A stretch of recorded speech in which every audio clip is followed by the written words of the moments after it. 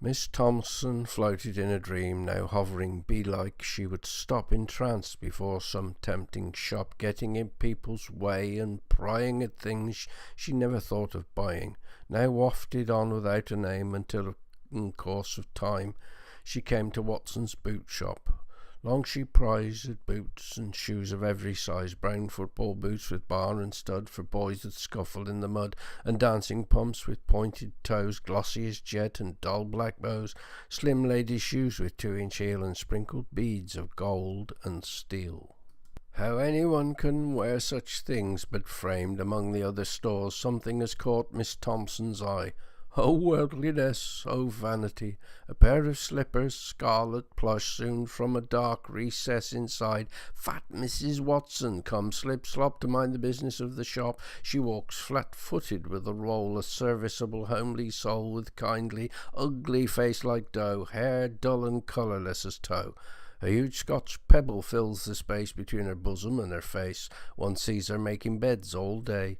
Miss Thompson lets her say, "So shilly for the time of year is hazy since we saw you here." Then heart a flutter, speech precise, describes the shoes and asks the price. "Them, miss? Oh, them is 6 and 9. Miss Thompson shudders down the spine. Dream of impossible romance. She eyes them with a wistful glance, torn between good and evil. Yes, wrestles with temptation for a half a minute and no less. Miss Thompson strives with 7 devils, then soaring over earthly levels, and is saved, turns from the shoes with lingering touch. Ah, 6 and 9 is far too much. Sorry to trouble you. Good day. Further down the way stand smiles his fish shop, whence is shed so strong a smell of fishes dead that people of a subtler sense hold their breath and hurry thence.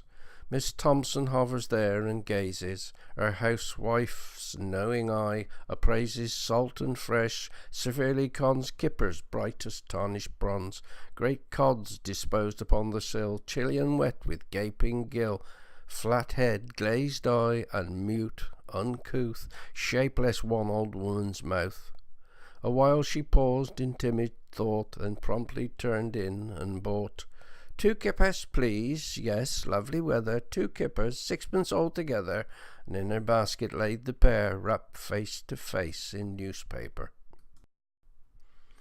Then on she went as one half blind, for things were stirring in her mind, then turned about with fixed intent and headed for the boot shop, went and falls straight in and bought the scarlet slippers and popped them in beside the kippers. So much for that.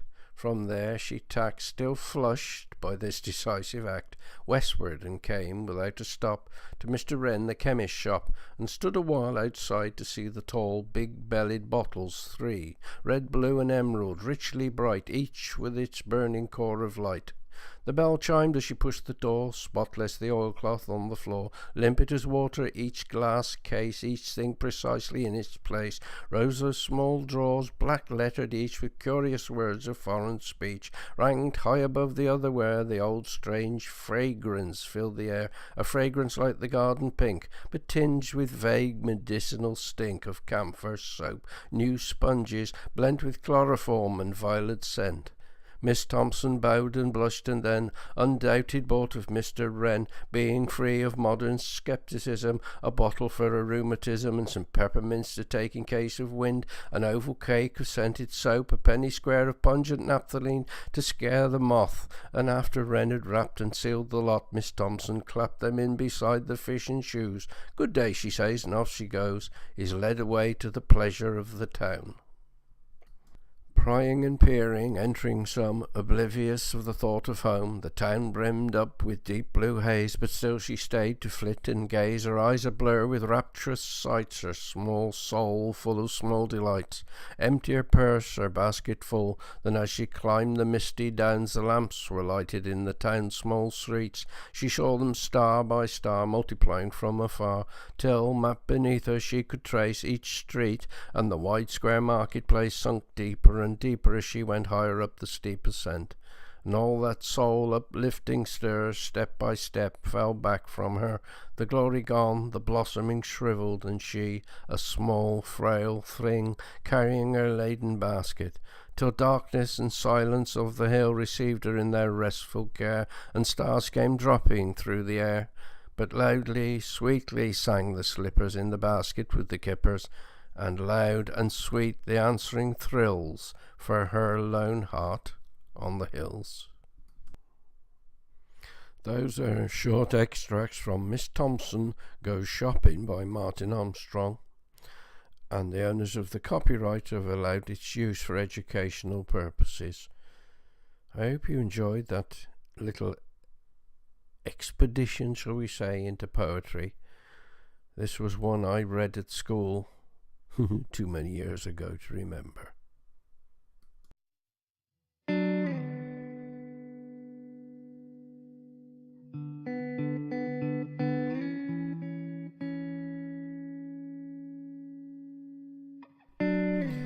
The ticker tape running at the bottom will give you some indication of what used to be in the high street.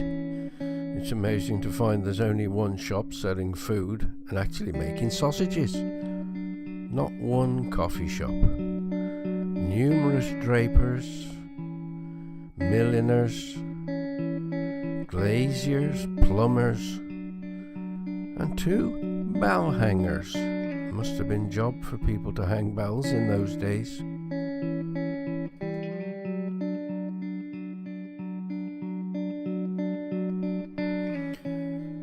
There are several grocers dispensing tea and cheese and bacon, almost anything you can eat.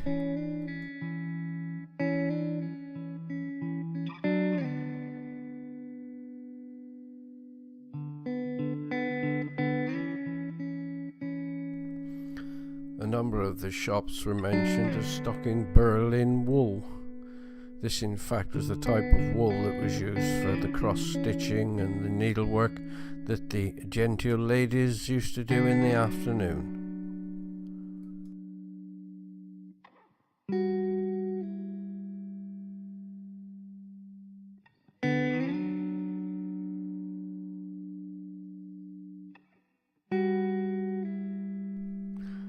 To complete the selection of services on the high street, there were in fact 2 undertakers.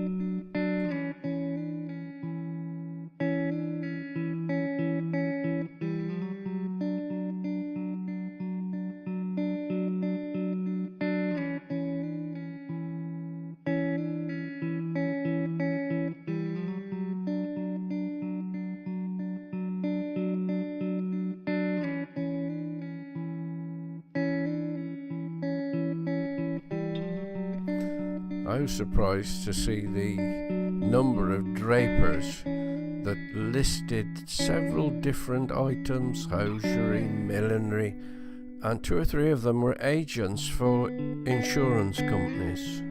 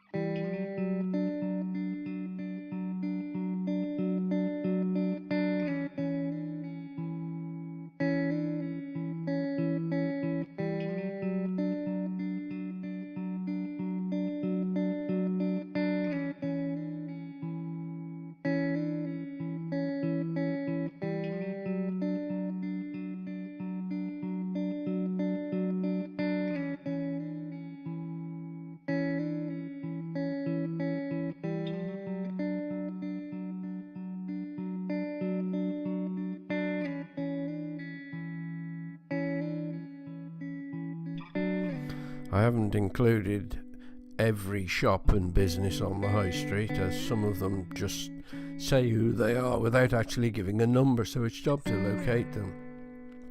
One of the ones that I noticed was Chamberlain's, the Royal Worcester manufacturers. I hope you've enjoyed this little visit down the high street and give you an idea that in the good old days you could buy almost anything.